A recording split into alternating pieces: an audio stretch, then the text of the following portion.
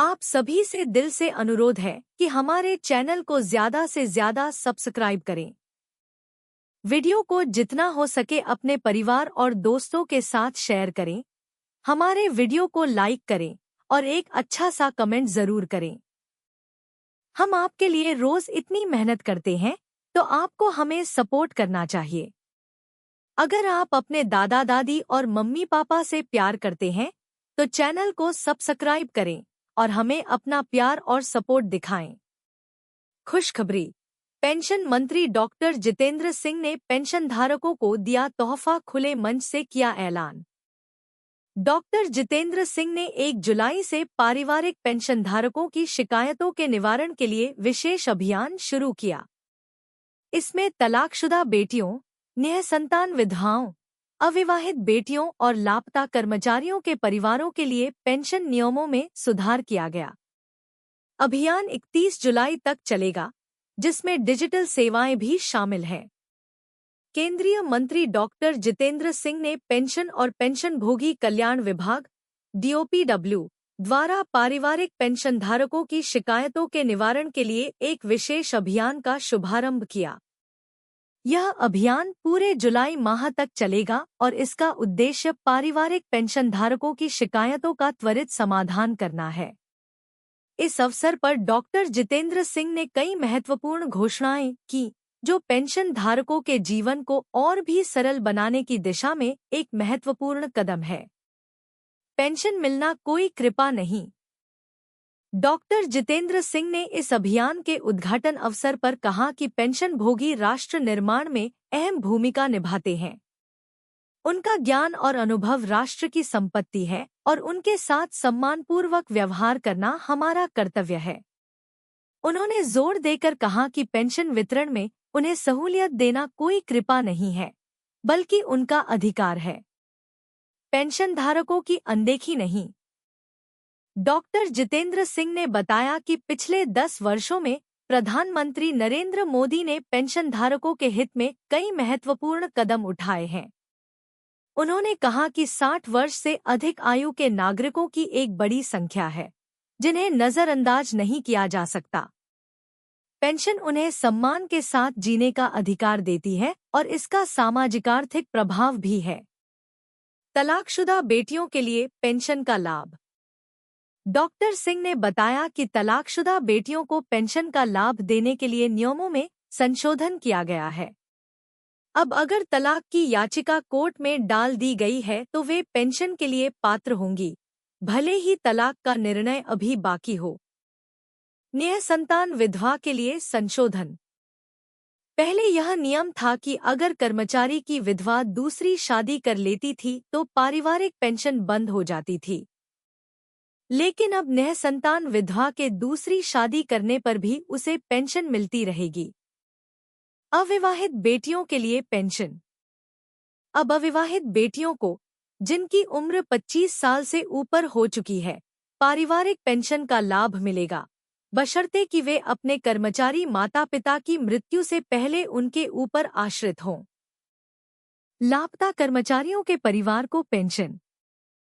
लापता कर्मचारियों के परिवारों को अब 7 साल इंतजार नहीं करना पड़ेगा। अब कर्मचारी के लापता होते ही परिवार को तुरंत पेंशन मिलनी शुरू हो जाएगी। महिला पारिवारिक पेंशन धारकों को राहत। महिला पारिवारिक पेंशन भोगियों को भी इस अभियान से बड़ी राहत मिलेगी। निःसंतान विधवा, अविवाहित, तलाकशुदा बेटियों को पारिवारिक पेंशन की शिकायत निवारण में प्राथमिकता दी जाएगी। सीपेंग्राम्स पोर्टल और डिजिटल लाइफ सर्टिफिकेट। इस अभियान के तहत सीपेंग्राम्स पोर्टल पर लंबित पारिवारिक पेंशन मामलों का समय पर निवारण किया जाएगा। साथ ही डिजिटल जीवन प्रमाण पत्र अभियान के लिए इंडिया पोस्ट पेमेंट्स बैंक के सहयोग से घर-घर सरकारी सेवाएं पहुंचाई जाएंगी। भविष्य पोर्टल और EHRMS। डॉक्टर सिंह ने बताया कि आने वाले दिनों में भविष्य पोर्टल को EHRMS के साथ जोड़ दिया जाएगा, जिससे पेंशनधारकों को और भी सुविधा होगी। लाभार्थियों के अनुभव। कई लाभार्थियों ने अपने अनुभव साझा करते हुए सरकार की इस पहल की सराहना की। मंत्री ने पेंशन भोगियों के सुझावों को भी सुना और उन्हें जल्द से जल्द लागू करने का आश्वासन दिया। विशेष अभियान में उपस्थित अधिकारी। इस कार्यक्रम में डीओपीडब्ल्यू और दरपक सचिव श्री वी श्रीनिवास, भूतपूर्व सैनिक कल्याण सचिव doctor Nitin Chandra, CGA-SS Dubey, DG BSF doctor Nitin Agrawal, संयुक्त सचिव पेंशन श्री ध्रुवज्योति सेनगुप्ता और SBI के उप प्रबंध निदेशक, मुख्य परिचालन अधिकारी श्री प्रवीण राघवेंद्र भी उपस्थित थे। यह विशेष अभियान पेंशनधारकों के लिए एक महत्वपूर्ण कदम है और इससे उन्हें कई समस्याओं से राहत मिलेगी। इस पहल से सरकार की प्रतिबद्धता स्पष्ट होती है कि वह पेंशन भोगियों के हितों की रक्षा और उन्हें सुविधाएं देने के लिए संकल्पबद्ध है। 18 महीने के द एरियर का प्रस्ताव पास, 1 करोड़ कर्मचारियों की मौज मिलेंगे 2,30,000 रू। केंद्रीय कर्मचारियों और पेंशन भोगियों के लिए यह खबर किसी बड़े तोहफे से कम नहीं है। द एरियर के प्रस्ताव और संभावित वेतन वृद्धि से उन्हें आर्थिक राहत मिलेगी। सभी कर्मचारी अब सरकार के आधिकारिक घोषणा का इंतजार कर रहे हैं। नई दिल्ली, 1 करोड़ केंद्रीय कर्मचारियों और पेंशन भोगियों के लिए बड़ी खुशखबरी है। लंबे समय से प्रतीक्षित 18 महीने के महंगाई भत्ते द के एरियर का प्रस्ताव आखिरकार सरकार के सामने रखा गया है। कोविड-19 महामारी के चलते जनवरी 2020 से जून 2021 तक रोके गए द और डीआर का भुगतान अब संभव हो सकता है। महंगाई भत्ता द की गणना में बदलाव। केंद्रीय कर्मचारियों को साल की दूसरी छमाही के महंगाई भत्ते का बेसब्री से इंतजार है। अनुमान है कि सितंबर 2024 में उन्हें द में बढ़ोतरी की खुशखबरी मिल सकती है।